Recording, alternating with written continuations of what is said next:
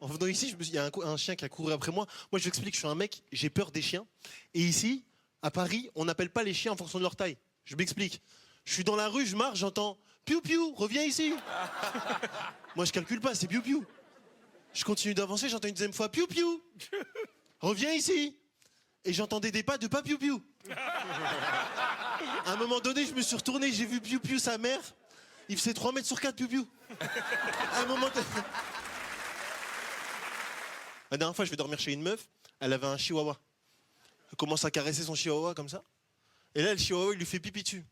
Et là, elle fait « Oh, ma fille !» Elle a fait une petite bêtise. Je dis « Bah, elle t'a pissé dessus, là ?» Elle me dit « C'est pas grave, ça veut dire qu'elle m'aime bien. » Non, mais moi, le soir, je dormais chez elle. Vers 3h du matin, je me suis dit « Je vais lui montrer mes sentiments. » La Poste! Mais Laurent, ils veulent privatiser, mais personne n'achètera, même pas eux! Et la Poste, mais rien que la pub de la Poste! Bougez avec la Poste! Ceux qui ont écrit cette pub, ils sont jamais allés à la Poste, hein? S'il y a bien un endroit sur Terre où ça bouge pas, c'est à la Poste! Hein.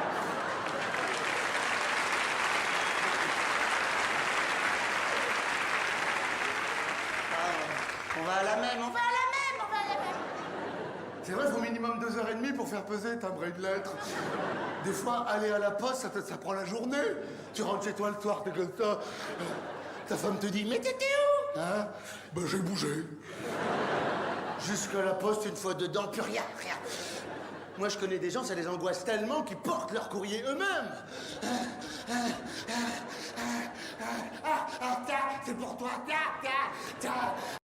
J'ai beaucoup travaillé d'ailleurs dans le monde du travail. J'ai travaillé 2 heures et j'ai fait un burn-out en fait. Et on a un problème, je pense, en France. À 25 ans, on rêve tous d'être en CDI. À 30, tous d'être au chômage. Tu sais, on est là, rupture conventionnelle. Bonjour, je veux bien aller chez vous, mais est-ce que vous faites des ruptures conventionnelles? Il y a plein de stratégies pour l'obtenir, la rupture conventionnelle. La première, c'est tu fous plus rien. T'attends qu'on te vire. Parfois, ça met des années, tu sais. Jusqu'à ce que ton manager il vienne te chercher, il te dise allez, viens, petite salle, comme ça. Il te dit écoute Marc, le seul truc où t'es pas en retard, c'est à la cantine. Donc quand même, il va falloir y aller quoi. Sinon, ouais, il y a l'abandon de poste. Moi j'ai fait ça, abandon de poste. Tu te lèves, tu touches plus aux manettes. Comme Top Chef.